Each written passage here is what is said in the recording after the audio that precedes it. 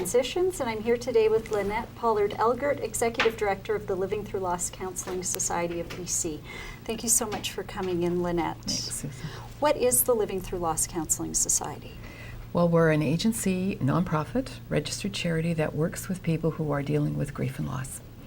We do that through individual counseling and we do group counseling. We also do a lot of training for professionals. We do debriefing, we work with organizations, we do informational sessions for anybody that has interest in grief and loss. How's the society funded? We're funded in part by gaming, donations, and we were funded by the United Way. However, they've changed their focus, and so now we're looking to replace that funding some way. How much money was cut from your budget? $45,000. And for a small agency, that was a huge amount for us. How has that impacted the agency? Well, we can't afford to pay our counselors if we don't have the money. So we're looking for ways to replace that money by doing fundraisers or having donations or whatever we can do. We've even had garage sales to try to replace that money so that we can continue to offer the service that we have been doing for 40 years. Now, I understand that before the funding was cut, you were able to offer 1 full year of free counseling for those in need. Right. What are you able to do now? We can only do 4. 4 sessions? And that's so terrible because ethically that's difficult for us because you hardly get a chance to really get to know your client and find out their story before you have to say, I'm sorry, I can't see you anymore. So it's very hard on the counselors to have to do that. And how many people are you helping each year? We see about 1,200 people a year. And are the majority of those people who don't have the money to be able to access services? I would say a good half of those people don't have the money. Do they have to demonstrate a lack of income or low income to be able to get support? No. Our office manager talks to them on the phone, and if she feels that they really need help and they can't afford to pay, she books them. So they come in and see us. Okay. So in fundraising, how does it impact the society if you're the one who's having to go out and replace the funding that's been lost? Well, it's really hard for us because when the therapists are out of the office, we're not bringing money into the office. So we lose money actually by the planning of fundraisers and the extra effort they have to put into doing it. We don't know how to do fundraising. We're not experts in that, but we're really good at counseling. But to keep our office open, we're forced to do both jobs.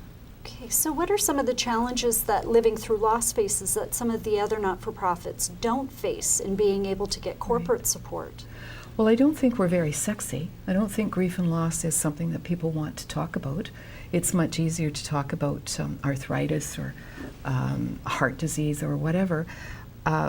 Grief and loss is different because everybody in the world will experience it, where heart disease, you may not experience it. So we really feel that we're of value to every single person in the world, really. We need the money to be able to provide the service that everybody could use. Yeah. Is there still a lot of stigma in our community then? There is. Grief and loss has always been thought to be something that you do privately. And that you don't want to air your negative feelings or your sad feelings to your friends or your family. And most people don't want to hear sad feelings. They want you to be happy.